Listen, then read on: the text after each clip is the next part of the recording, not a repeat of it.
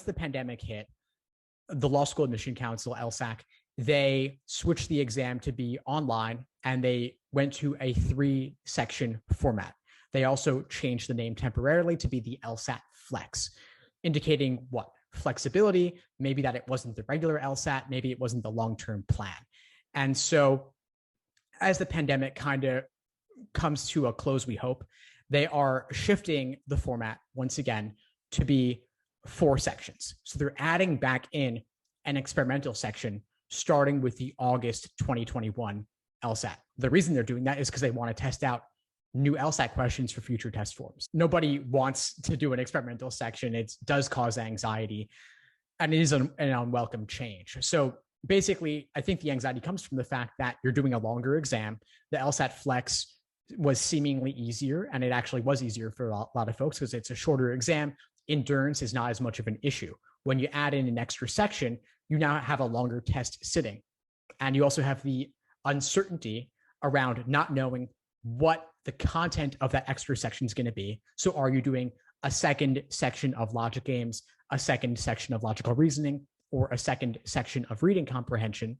And what's the placement of that section in the 4 sections total? It could be first, second, third, or fourth. And while you're doing it, you don't know whether it counts. So it's the feeling of not knowing which one it is while you're doing it.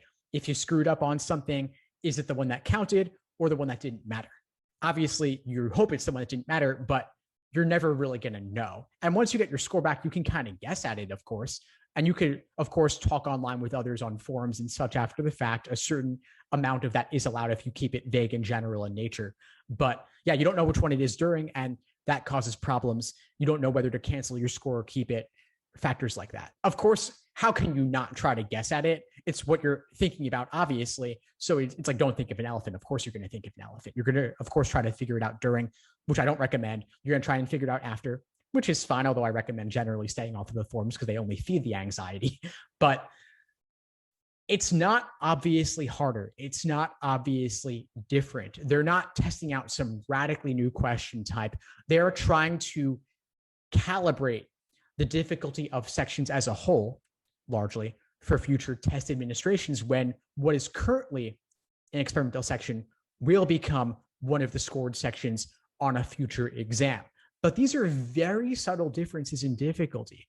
It's not like you're going to have 4 super tough logic games on the experimental and then 4 average difficulty ones on the actual. It's not like that. And they're not different question types either. It's just basically maybe on a scored section, you have 1 easy, 2 moderate, 1 difficult, because there are 4 logic games total in the section. And then on the experimental section, maybe it's like 2 easy, 1 moderate, 1 difficult. But where do you draw the line between easy and moderate? These are all shades of gray. You need to give your full effort on every section as if it was scored. Everything stays the same. So you're still doing 1 scored section of logic games, 1 scored of logical reasoning, 1 scored of reading comprehension. What happens within a section is exactly the same, whether it's the LSAT Flex, the new 4-section LSAT, as well as all prior LSATs all the way back to 1991. None of that changes. All that is different now is that they are adding back in the experimental section. So you're doing an additional 4th section that could be any of those 3 types: games, reasoning, or reading comprehension. But what happens within that extra section is also going to appear identical to all other LSAT sections back to 1991. The only change that's happened that's really significant is back in June 2007, when they added in a dual comparative reading comp passage. I should just mention that to be comprehensive in what I'm saying here, but that's not related to this format change. We got 4 35-minute sections for the new 4-section LSAT, plus a 10-minute break. So that works out to about 2 hours, 35 minutes. And it actually used to be 5 sections before the pandemic, before the Flex as well. So it was actually ended up being, including like bubbling in your name back on the paper LSAT, it was probably like 3.5 hours total. Both the 3-section Flex and the new 4-section online LSAT, they're online. You can take it at home, or if your at-home environment isn't suitable, you can take it at a hotel or Airbnb. LSAC will reimburse you up to $125. And so you're not going to a test center with a bunch of other people. There's not that commuting time. There's not the stress and anxiety of having other test takers around, the proctors walking around. You're not taking all that time to bubble in your name on a Scantron or anything like that. we're past all of that. So test day is actually a lot shorter. And you can, if your home environment is suitable, you can do all your practice tests at the same desk on the same device that you'll do the actual thing. There were a lot of issues with the online proctoring in the earlier administrations of the exam moving online back in May and June 2020. They've largely worked out a lot of that since, fortunately, and what they've worked out will presumably continue as we go into the 4-section version. Of course, there will always be tech issues for some percentage of folks. There are things, however, you can do to minimize the likelihood of that happening. One is to check all the ProctorU requirements. The LSAT online is administered by ProctorU, which also administers several other exams online, like the GMAT and the GRE. So go on their site before test day, check all the tech specifications, make sure that you're using an appropriate device. And ideally, you do that far in advance. You can get used to it for your practice tests as well, using that same device. There's also on ProctorU, there's a tested out simulation where you can check if your device and its updates and such are with software are suitable for their system. It's test-it-out. So testitout.proctoru.com. And you can actually walk through it either automated, or if you scroll down, there's also a support rep you can connect with live. You want to take every practice test like it's game day, and you want to take those with the gravity that you'll take the actual thing, knowing that, hey, this matters. I don't want to ramp up the anxiety for folks or anything, but I also think you got to know that the LSAT is the number one factor in the law school admission process.